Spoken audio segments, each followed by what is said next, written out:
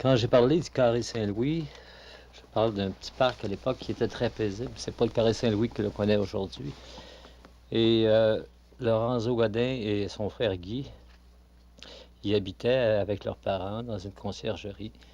Et c'est là qu'avec d'autres amis, on se réunissait, soit pour entendre de la musique, soit pour faire des lectures de poèmes, parce que Guy Godin était déjà un excellent lecteur de poésie, et soit pour y amener nos petites amies, et pour élaborer des projets, parce que c'était une époque où on rêvait beaucoup. On rêvait beaucoup, on rêvait surtout et avant tout de théâtre, parce que c'était comme si, ensemble, on avait découvert une espèce d'amour pour le théâtre et une espèce de religion quasiment pour le théâtre.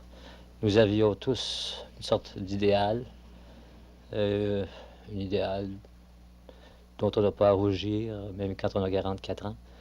Et mais nous voulions faire des choses qui ne s'étaient jamais faites. Et c'est là que se situait le problème. C'est-à-dire créer, monter des pièces qui avaient été écrites par d'autres, écrites en France par d'autres auteurs.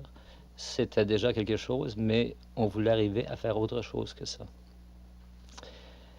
Ma première pièce dont j'ai parlé plus tôt, au préalable, Le bal triste, avait été un échec. Et elle avait été descendue principalement dans le journal Le Quartier Latin par quelqu'un pour qui nous avions beaucoup d'admiration, par Louis-Georges Carrier, qui est aujourd'hui réalisateur à Radio-Canada. Louis-Georges Carrier avait été au Collège Sainte-Marie euh, le directeur et le fondateur d'une équipe de comédiens qui s'appelait les Comédiens routiers et qui avait présenté des spectacles assez extraordinaires. Pour l'époque, des spectacles très beaux.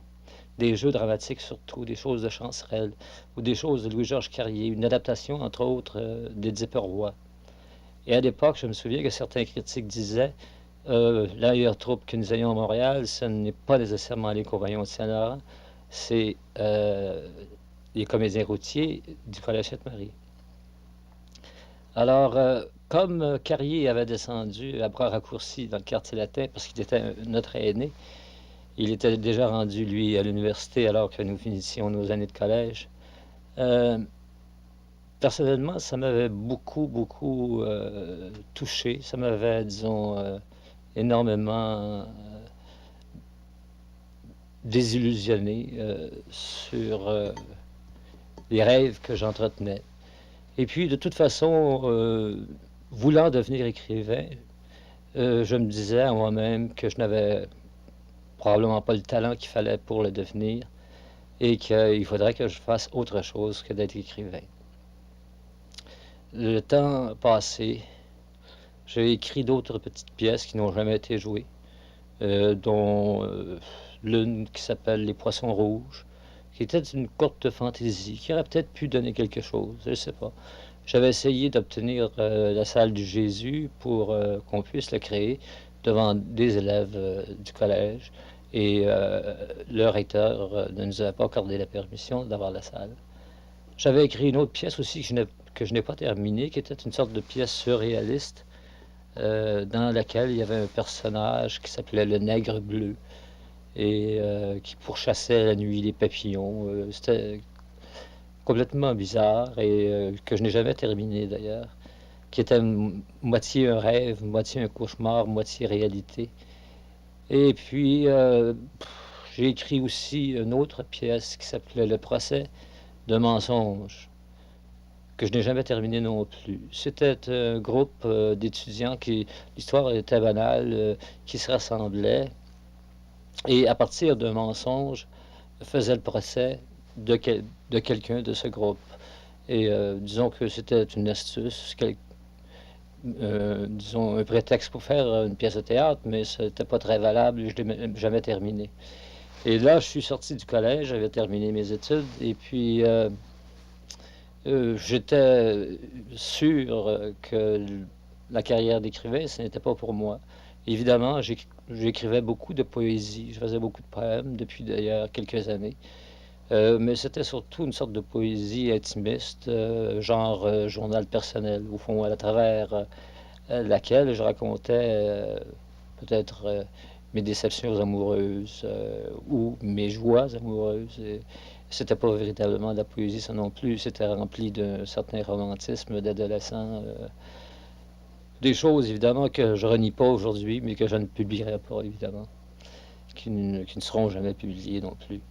Alors, j'ai eu à choisir, et les professions libérales, comme devenir avocat ou médecin, ne m'intéressaient pas tellement. Alors, en sortant du collège, en quittant le collège, je me suis engagé dans l'armée de réserve et j'ai fait 2 mois d'entraînement, me disant que si je ne pouvais pas gagner ma vie comme écrivain, il fallait au moins que je gagne ma vie comme quelqu'un, comme étant quelqu'un. Alors, j'avais trouvé ça comme solution de rechange. Et en même temps, j'avais fait mon inscription à l'Université de Montréal, en faculté des lettres, me disant que si euh, ça ne fonctionnait pas dans l'armée et que si je pouvais obtenir une maîtrise en lettres et par la suite une licence en lettres, je pourrais devenir professeur et enseigner des choses que j'aimais, que j'avais appris déjà à aimer au collège, surtout la poésie québécoise. À travers des poètes comme Nelligan, comme Albert Loiseau. D'ailleurs, il y avait un cours de poésie canadienne à la Faculté des lettres de l'Université de Montréal. Et c'était le cours où il y avait le moins d'élèves d'inscrits parce que à cette époque-là, pour les Québécois, ça n'existait pas la poésie canadienne. C'est une chose qui n'existait pas, tout simplement, qui restait peut-être à faire, mais qui était du domaine du possible, peut-être. Mais les gens qui étaient en lettres suivaient surtout avec assiduité des cours d'histoire, de géographie, parce que ça faisait partie de la faculté, suivaient des cours d'écriture même, suivaient des cours de grammaire, mais suivaient des cours de littérature française, mais s'intéressaient très peu aux lettres québécoises. Moi, je m'y intéressais beaucoup, et, euh, et c'est pour ça que j'aurais voulu, à un moment donné, faute de devenir écrivain, j'aurais aimé être professeur et enseigner une matière à laquelle personne n'accordait l'importance, au fond, qu'elle aurait dû avoir. Et, mais il y avait les frais de scolarité qui étaient assez élevés à l'Université de Montréal. Et il fallait toujours, parce que je faisais partie d'une grosse famille, il fallait que je paye mes études. Et l'année où je suis entré à l'Université de Montréal, il y avait déjà à Radio-Canada, à la radio, une émission qui s'appelait Nouveautés dramatiques, à laquelle pouvaient participer des auteurs connus ou des auteurs inconnus. Et j'ai décidé, en faisant certains actes de foi vis-à-vis moi-même, aveuglément, j'ai décidé d'écrire quelques textes pour essayer de passer quelques textes à cette émission, afin d'en tirer quelques sous pour pouvoir payer mes semestres à l'Université de Montréal. Et toujours est-il qu'après avoir écrit 4 ou 5 textes, on m'en a acheté 2 ou 3, et ça m'a permis de boucler l'année. Et c'est au cours de cette année-là, ayant repris confiance, parce qu'on m'avait acheté des textes à l'émission Nouveautés dramatiques, que j'ai écrit ma première pièce en un acte qui a eu un certain retentissement, c'est-à-dire de l'autre côté du mur. Mais de l'autre côté du mur a une histoire. De l'autre côté du mur remonte à un moment où, ayant rencontré Louis-Georges Carrier dans un tramway un soir, tout à fait par hasard, un dimanche soir, je lui avais demandé comment il se faisait que je ne parvenais pas à exprimer quelque chose qui soit vraiment de moi-même, qui soit pas emprunté à personne, qui soit pas la copie conforme des choses que j'avais aimées à travers mes lectures et tout ça. Et Louis-Georges Carrier, qui était un type en qui j'avais beaucoup confiance, m'avait dit d'une façon très sommaire, même un peu à la légère, tu seras capable de faire une pièce de théâtre le jour où tu réussiras à faire parler des enfants ou des jeunes garçons euh, comme tu en vois sur les coins des rues, dans ton quartier, euh, des gens, des jeunes garçons qui font partie d'une bande, comme toi, tu as fait partie de plusieurs bandes quand tu étais jeune. Tu réussiras peut-être à faire quelque chose quand tu pourras les faire parler. Puis moi, j'ai pris ça à la lettre. Et puis, tout à coup, un jour, un soir, je suis rentré chez moi et j'ai écrit de l'autre côté du mur. Et j'ai soumis la pièce à mes amis, Lorenzo et Guy Godin. Je l'ai fait lire à Louis-Georges Carrier. Ils y ont trouvé certaines qualités. Et nous l'avons présenté au Festival dramatique en 1952, je pense, c'est ça, en 1952. Et puis, je me souviens que, évidemment, j'avais commencé à faire moi-même la mise en scène, mais j'avais été très vite dépassé par les événements parce que c'est un talent que je n'ai pas du tout. J'avais commencé à faire la mise en scène et voyant que je n'y parvenais pas, j'avais fait appel à Robert Rivard, qui d'ailleurs avait accepté, qui lui était un professionnel à ce moment-là, et qui avait accepté de faire la mise en scène et de jouer un personnage dans la pièce. Il y avait aussi un dénommé Julien Plouffe, qui était un ami de collège, qui est aujourd'hui un avocat, qui faisait partie de la distribution. Et on avait approché aussi un autre étudiant de nos amis, Jean-Pierre Goyer, du collège Saint-Laurent, qui aujourd'hui est un ministre à Ottawa et qui lui avait décliné parce qu'il y avait trop d'études à faire et puis il n'y avait pas le temps. Hubert Loisel avait accepté, Monique Miller. Hubert Loisel, Guy Godin étaient tous les trois à leurs premières armes. Et puis, nous avons monté le spectacle avec l'aide de Robert Rivard et ça avait été un succès assez retentissant.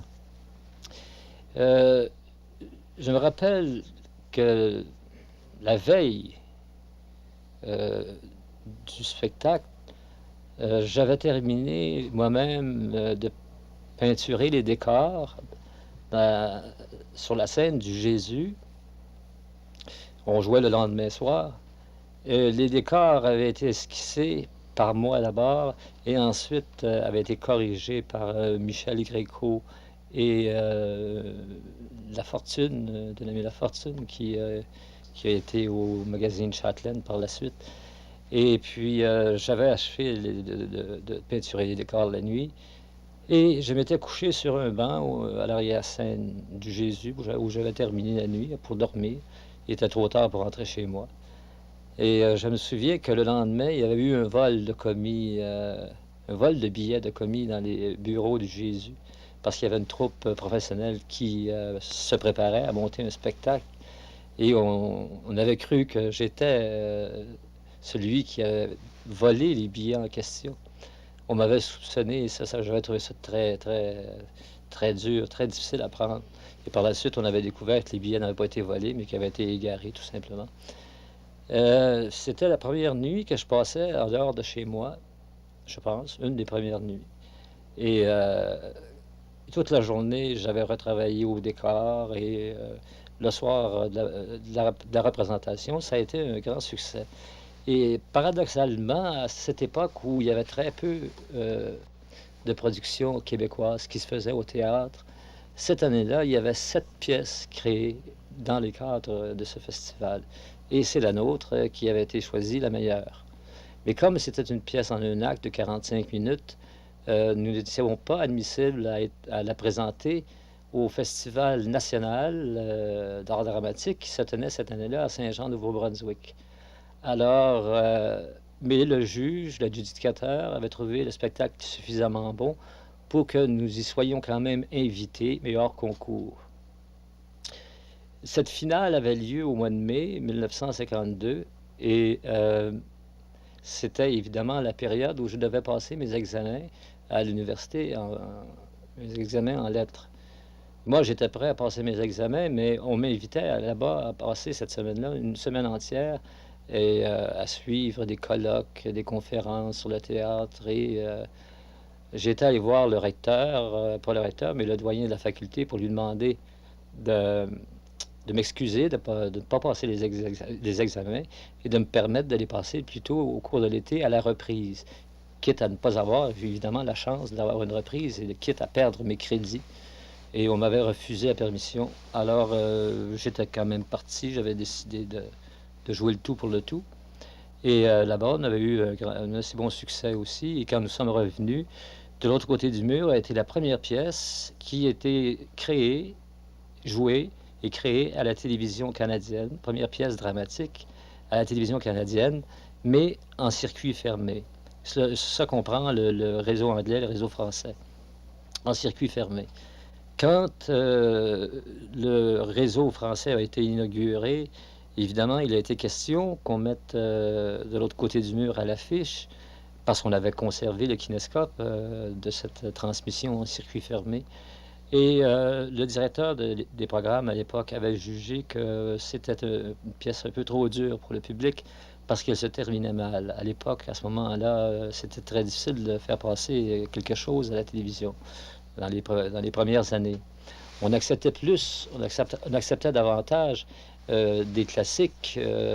On aurait accepté Hamlet qui se termine par une série de meurtres, de morts, d'assassinats, parce que c'était un classique, mais quand il s'agissait d'un auteur d'ici, on était beaucoup plus chatouilleux sur le problème, des problèmes qui pouvaient influencer le public. En fait, toujours est-il que c'est une pièce qui nous a fait connaître et qui a entraîné presque immédiatement l'écriture de Zone, pièce en 3 actes, qui était ni plus ni moins que la continuation de l'autre côté du mur. Avec Zone, là, nous sommes entrés vraiment dans le domaine, je crois, du théâtre professionnel.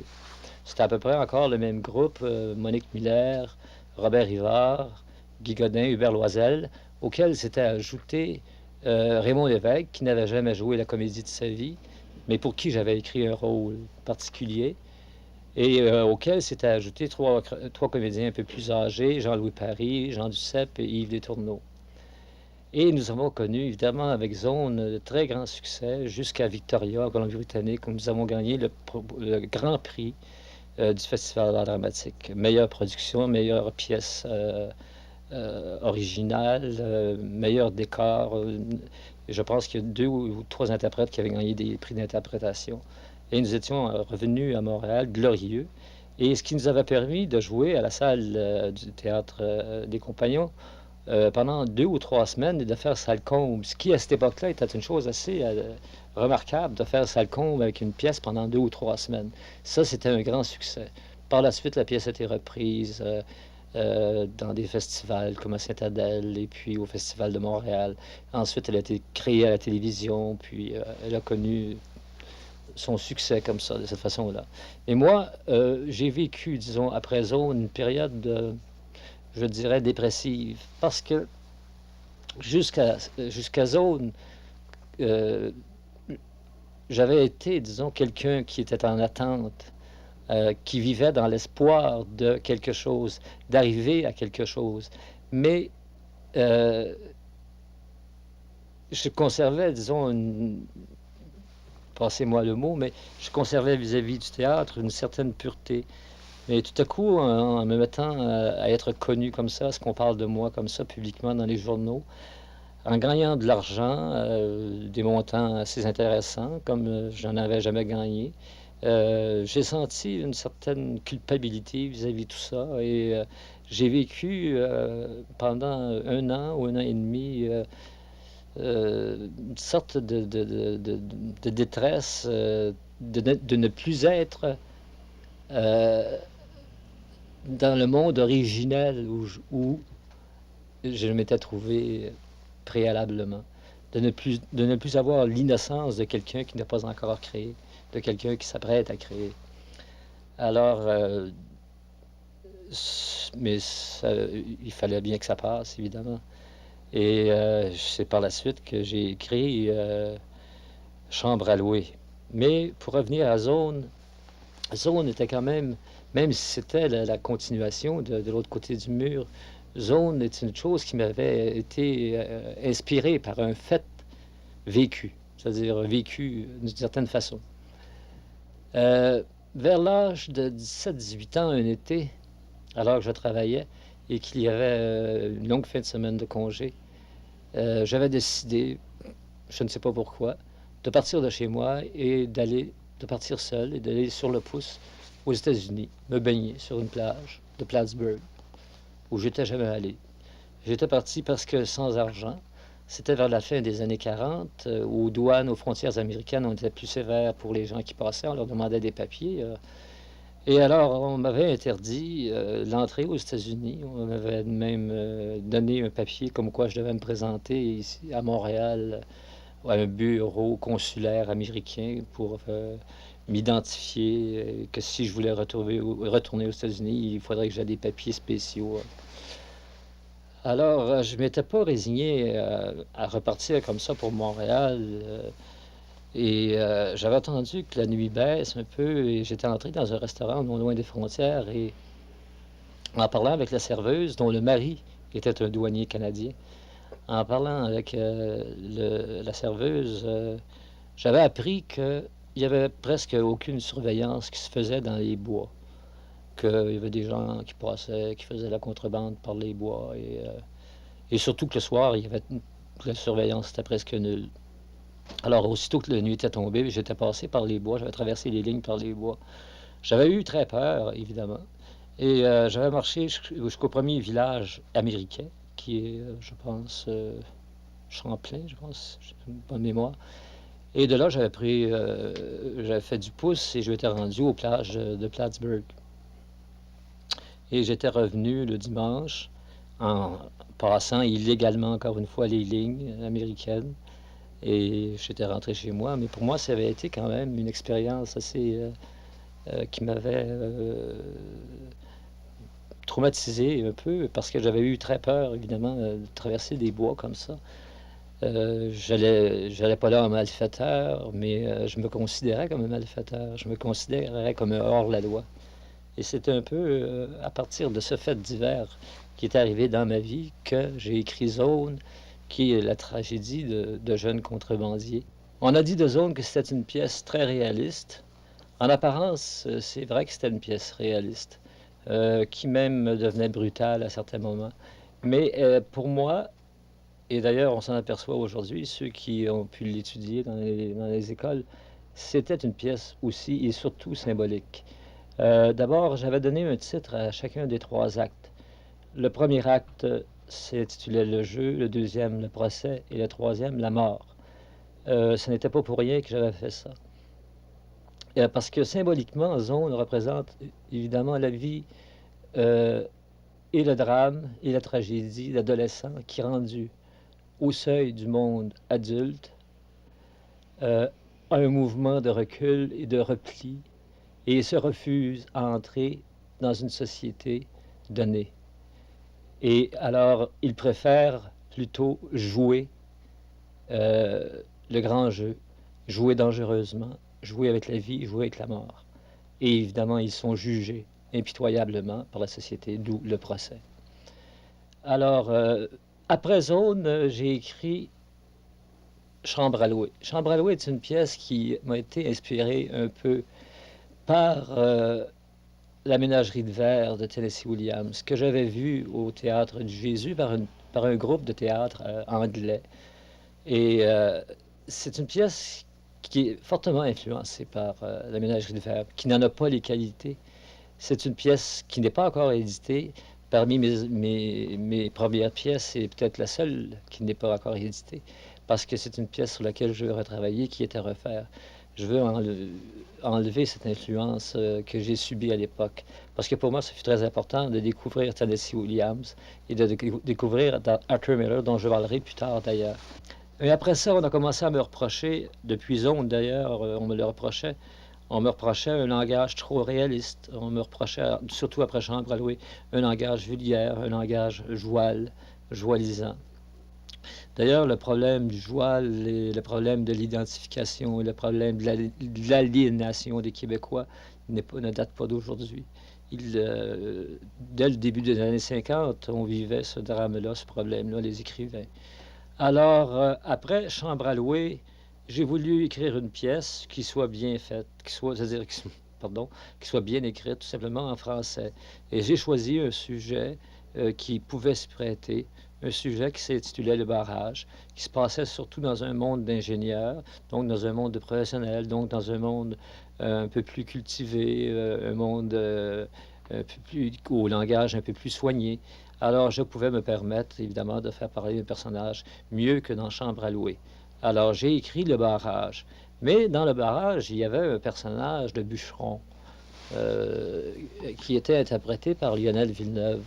Et puis, disons qu'il y a des gens à la première du barrage qui ont surtout retenu le personnage du bûcheron et qui m'ont dit euh, c'est surtout sur ce personnage-là que tu aurais dû appuyer. C'était un personnage secondaire, évidemment, mais qui entraînait un thème secondaire.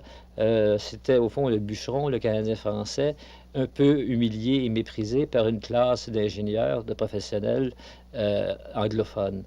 Alors on y voyait tout de suite un conflit social que je n'y ai pas voulu y mettre. Et on m'avait dit que j'aurais dû faire de cette pièce une pièce socialisante ou traiter surtout du thème social de la pièce. Et alors, à ce moment-là, je me suis dit, les gens ne savent pas ce qu'ils veulent. Alors, c'est à moi maintenant d'écrire ce que je veux et pour qui je veux.